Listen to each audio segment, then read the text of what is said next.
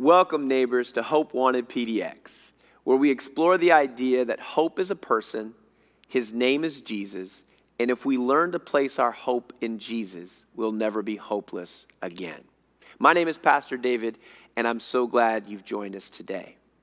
Last week, we explored the question, who is my neighbor? Offered by a religious lawyer 2,000 years ago to test Jesus.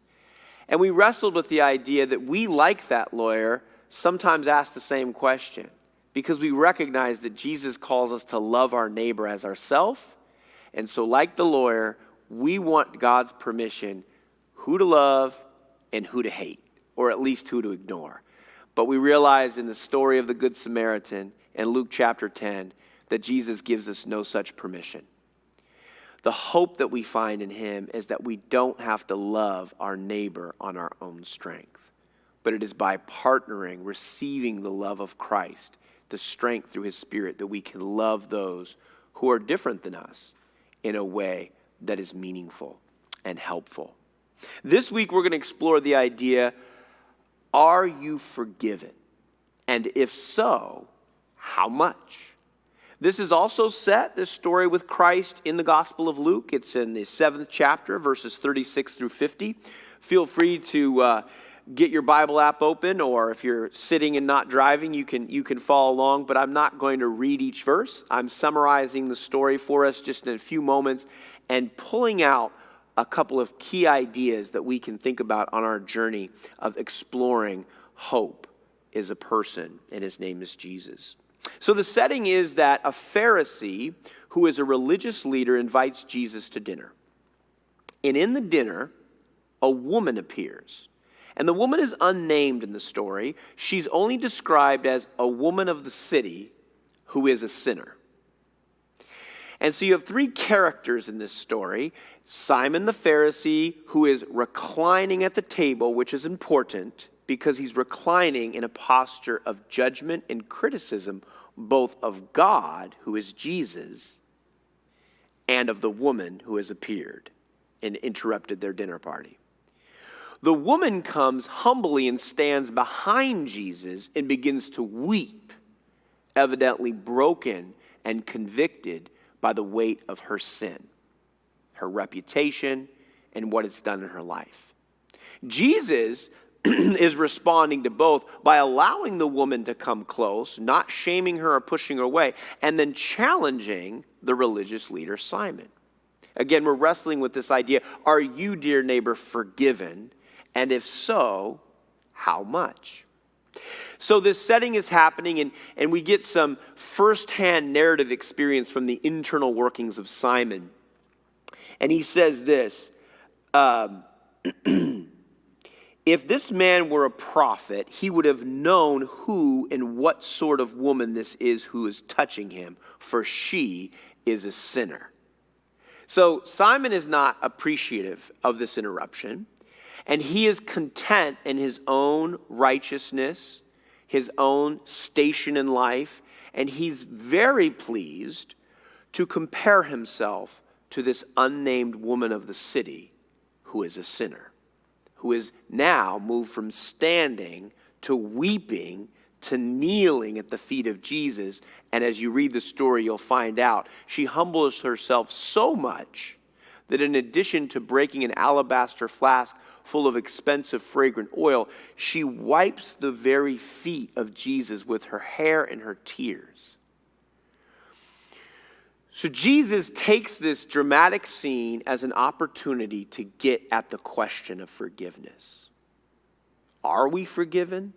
If so, how much? What is our perspective on our need for forgiveness? He asks Simon the Pharisee in kind of a riddled story that's made up. And he says, Simon, if there was a man who had two debtors, one owed 500 denarii, which is like a day's labor, one owed 50, and the man forgave both men their debts, which one would love him more? Simon answered, the one, I suppose, for whom he canceled the larger debt. And then Jesus makes a compelling observation in order to convict Simon of his belief that he didn't need forgiveness. And he said, "You have judged rightly." He said, "Do you see this woman? I entered your house. You gave me no water for my feet, but she has wet my feet with her tears and wiped them with her hair. You gave me no kiss, but from the time I came in, she has not ceased to kiss my feet. You did not anoint my head with oil, but she has anointed my feet with ointment. Therefore, I tell you, her sins, which are many, are forgiven, for she loved much. But he who is forgiven little loves little." Are you somebody who believes that you are forgiven little or in need of little forgiveness? Are you, dear neighbor, like Simon, struggling with the Simon complex, which keeps you hard of heart, sharp and critical of mind, and distant from the hope that is Jesus? You simply don't think you're that bad. I would encourage you, dear neighbor, to not compare yourself to the proverbial women of the city, or men for that matter, and find self-righteousness in your own view of your morality, but rather compare yourself to the purity of Christ, God in the flesh, in his word, and find that you, like the woman, not like Simon, are in need of forgiveness, and come. Maybe you're like the woman and you're overwhelmed by the weight of your sin, but you're not quite at a place where you're approaching Jesus. You feel you're unforgivable. You've just simply done too much wrong. There are simply too many experiences with Simon-like people in your life that prevent you from feeling you could ever come to God and be forgiven. Let me encourage you, dear neighbor, that if you were to approach Jesus with the weight of your sin, he, like he did with this woman, would say, "You are forgiven much." For that is why Jesus came. And maybe, dear Christian, you have been traveling the road with Jesus for some time, and you're eager to say, "Yes, I have been forgiven," but you're aware that the sense of your forgiveness has grown stale. And so now you've begun to slide into kind of an apathy, and we'll call you the forgetful or forgotten forgiven. So you have you're not quite as critical as Simon, but you lean that way, even though you once were the woman.